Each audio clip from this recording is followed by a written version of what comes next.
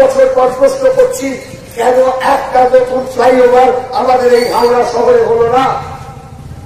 13 বছর পর প্রশ্ন করছি, এখনো পর্যন্ত কেন কেন কেন? আপনার যখন চলে যাচ্ছে তখন ওই দাবি ছিল যে বাগসারার আন্ডারপাস তৈরি করা।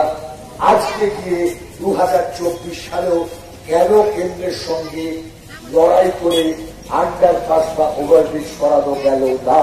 জবাব দিতে হবে না। আমরা তো চলে গেছি, এখনো বলতে পারবেন না 34 বছর ধরে কিছু হয়নি। 34 বছর 34 বছর মোদী বলে যাচ্ছে 70 সাল কুছ নেই হওয়া, আর দিদি বলে যাচ্ছে 34 সাল, 34 বছর কিছু হয়।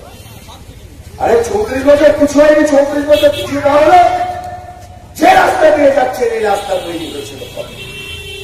34 বছর কিছু না হলে যে মৌলিক কাজগুলো বন্ধন করে গেছে, হাসপাতাল বলুন, পঞ্চায়েত বলুন, পুরসভা বলুন, নতুন করে কেন কিছু করা গেল না? ওরা শাহজাহান, অনুব্রত, জ্যোতিপ্রিয়, একটার পর একটা নাম।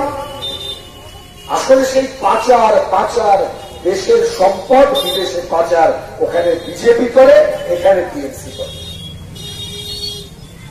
ধর্মনিরপেক্ষতা আর গণতন্ত্র হচ্ছে দুটো পা আমাদের সংবিধানে।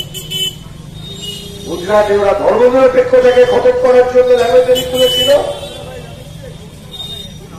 যার জন্য সংখ্যালঘু মানুষকে হত্যা করেছিল। আর এই পশ্চিমবঙ্গে গণতন্ত্রকে খতম করার জন্য কমিউনিস্টের বিরুদ্ধে তারা লড়াই করেছে। 98 ভোট পশ্চিমবাংলার মানুষ ভুলে গেছে। 98 ভোটে এই হাওড়া কেন্দ্র থেকে বিজেপি সমর্থিত তৃণমূল কংগ্রেসের প্রার্থী মমতা বন্দ্যোপাধ্যায়ের আশীর্বাদ জন্য ডক্টর বিক্রম সরকার জোড়াফুল চিহ্ন দিয়ে জয়যুক্ত হয়েছে। 98 সালে তৃণমূল জন্মেছিল বিজেপির সমর্থন নিয়ে, ডক্টর বিক্রম সরকার এখান থেকে জয়যুক্ত হয়েছে। মানুষ কি এখন ভুলে যাচ্ছে? সেদিন মোহাম্মদ সেলিম বলেছিলেন ইন্ডিয়া জোট নিয়ে যখন জিজ্ঞেস করছে, আচ্ছা তাহলে তৃণমূল আর সিপিএমকে এক জায়গায় চলে, বিজেপি তখন বলছে মানে এটিরও উদ্বুদ্ধ বলে আমাদের এই প্রান্তের নাম হচ্ছে ইন্ডিয়া, আমাদের দেশের নাম, আর এটা শুনতে একই তো INDIA, এটা দেশের নাম, উচ্চারণ করলে ইন্ডিয়া হয়। বিজেপির নেতা ওই সাথীতে মমতা ব্যানার্জির শুভেন্দু অধিকারী, মমতা ব্যানার্জির শুভেন্দু অধিকারী সব বকরার সম্পর্ক আছে। কি বলেছে? বলছে ইন্ডিজোট। আমার দেশের নাম নিয়ে বিজেপি এইভাবে কথা বলে, ইন্ডিজোট। বিজেপিকে দেখলে কি করা উচিত? যারা আমাদের দেশের নাম দিয়ে ইন্ডিয়াকে ইন্ডিজোট বলে, কি করা উচিত তাদের? বিজেপি আমাদের দেশপ্রেম শেখাবে? শুনতে লাগছে ফোনেটিক্যালি কথাটা, শুনতে লাগছে ইন্ডিয়া, ইন্ডিয়াই তো INDIA, তাকে বিজেপি বলছে ইন্ডিজোট। বিজেপির 2 টাকার ফুটো অবস্থানের দল, তারা বলছে ইন্ডিজোট পিন্ডিজোট। এটা আমাদের দেশপ্রেম? নরেন্দ্র মোদী ঘটছে এই দেশে আছে আন্দোলন রাজঘাটে, এই সাতটায় লাগে। তার আগে শুভেন্দু অধিকারী এসে বলছে এখান থেকে সিপিএম দাঁড়িয়েছে বিজেপিকে হারাবার জন্য, আর কালীঘাট থেকে হেলিকপ্টারে চেপে এসেছে। কালীঘাট থেকে কালীঘাট টু হাওড়া ডুমুরতলা হেলিকপ্টার, তাদের দেখি চ্যাটার্জি একটা আইসিএম ঘুরছে, সাবিত মারতে যাচ্ছে। কাজ তো সাবিত মারা, সাবিত মারা ছাড়া কোন কাজ নেই। মাঝে মধ্যে বলতেন আগের আইসিএম ছিলেন তারা বললে কি করবো স্যার, চাকরি বাকরি করতে করতে হবে, চাকরি করতে হবে, কেউ বিপদ থাকতে আপনাকে বলবে, বিপদ থাকতে চলে গেছে। কালীঘাট টু হাওড়া ডুমুরতলা হেলিকপ্টারে করে আসছে বাবা, আর আমরা এমনি করে দিচ্ছি, এখানকার লোকজনেরা এমনি করে নেতাদের কংগ্রেস করেছি। নেতা কোথায়? আকাশে হেলিকপ্টারে করে নামতে, টপ করে পড়বে, কথা বলবে। কি বললো? সিপিএম এখানে দাঁড়িয়েছে তৃণমূলকে হারাতে। আমাকে একজন সাংবাদিক জিজ্ঞেস করে দেখেন এরকম দুজন দুজন বলে দুজনে ঠিক করেছে। Both of them are correct, both of them are correct, দুজনেই ঠিক করেছে।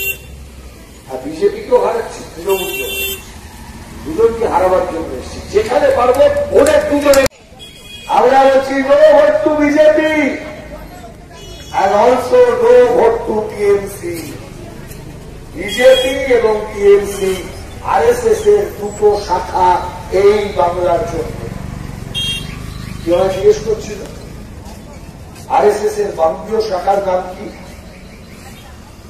আরএসএস এর বঙ্গীয় শাখার নাম টিএমসি, বিজেপি। এরা বিজেপি তৃণমূলের পাশে পরিণত হয়েছে। শুনছি নাকি হাওড়ার গোটা তৃণমূল পার্টিটাই নাকি বিজেপি হয়ে গেছে, গোটা তৃণমূল পার্টিটাই বিজেপি হয়ে গেছে। আর প্রসূন ব্যানার্জি যেখানে যাচ্ছেন উনি আমার বিরুদ্ধে দাঁড়িয়েছেন, আমি ওনাকে সম্মান করি। অত্যন্ত অন্যায় একজন প্রার্থী যখন যাচ্ছেন তাকে যেই বা যারা বোধ বলবেন অত্যন্ত খারাপ লাগছে। একজন মানুষ যখন আসেন প্রচার করুন, দাদা আমাদের হাওড়া নিয়ে গর্ব অনেক ছিল। হাওড়ার এমপি ছিলেন মোহাম্মদ ইলিয়াস, শ্রমিক আন্দোলনের নেতৃত্ব থেকে আমাদের পার্লামেন্টে পৌঁছেছে। আমাদের হাওড়ার এমপি ছিলেন সমর মুখার্জি, শ্রমিক আন্দোলনের নেতৃত্ব, উদ্বাস্ত আন্দোলনের নেতৃত্ব, সিপিআইএম এর সর্বভারতীয় নেতৃত্ব।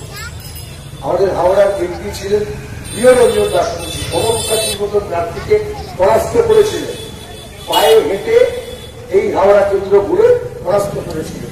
তার সাথে আমাদের রাজনীতির পাড়া কাছে থাকত, কিন্তু অত্যন্ত গুণী গুণসম্পন্ন বাহ্যিক তার্কিক ভালো বক্তা, সুবক্তা, পার্লামেন্টে বক্তব্য রাখতেন, আলোচনা করতেন।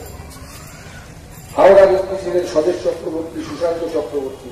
এখনো পার্লামেন্টে গেলে আর্কাইভে তাদের করা বিতর্ক পাওয়া যায়। হাওড়ার এমপি ছিলেন তৃণমূল কংগ্রেসের ডক্টর বিক্রম সরকার, যার কথা বললাম, তিনিও আলোচনা করতেন। হাওড়ার এমপি ছিলেন এমপি ক্যাবিনেট, যে কদিন পেয়েছিলেন তার মধ্যেও ৩-৪ বার বলেছিলেন বেশি দিন, তারপর উনি মারা গিয়েছিলেন উপনির্বাচন। আচ্ছা, এত তা আমাদের হাওড়ার ইতিহাস সাংসদদের। আচ্ছা বলুন তো, কোনদিন কোন সাংসদের বিরুদ্ধে আমরা বিরোধ করেছি? কোন দুর্নীতির অভিযোগ লিখেছিল? একজনের বিরুদ্ধে দুর্নীতির অভিযোগ, দাদা দুর্নীতি হাতে করে টাকা দেওয়া। আমার খারাপ লাগে এটা ভাবতে যে আমাদের সাংসদের বিরুদ্ধে অভিযোগ কেন আসে, অভিযোগ কেন আসে? আসা উচিত নয়। একজন সাংসদ মানে আপনি বক্তব্য রাখবেন, পার্লামেন্টে গিয়ে আলোচনা করবেন। আমি বলছি এই সংস্কৃতি পরিবর্তন করার দরকার আছে। আপনি যে রাজনীতি করুন না কেন, কথা আমাদের একটা জায়গায় আসার প্রয়োজন আছে। তারা যেই রকম বক্কা পাঞ্জা করে দুটো চাপা করে যারা রাজনীতি করছে, যারা তাদের আসল রূপের কাজগুলোকে লুকিয়ে রাখছে, যারা ২১ সালে বললেন নাগরিকত্ব সংশোধনী আইনের বিরুদ্ধে কথা বলবো, আর নাগরিকত্ব সংশোধনী আইনের দিন লোকসভার ভোটাভুটি না দিয়ে তাদের কেউ কেউ অনুপস্থিত রইলেন, কেউ কেউ উপস্থিত থেকেও ভোট দিলেন না। বলছে আমার বাথরুম পেয়েছিল, বেশি পেয়েছিল, চলে গেছিলাম।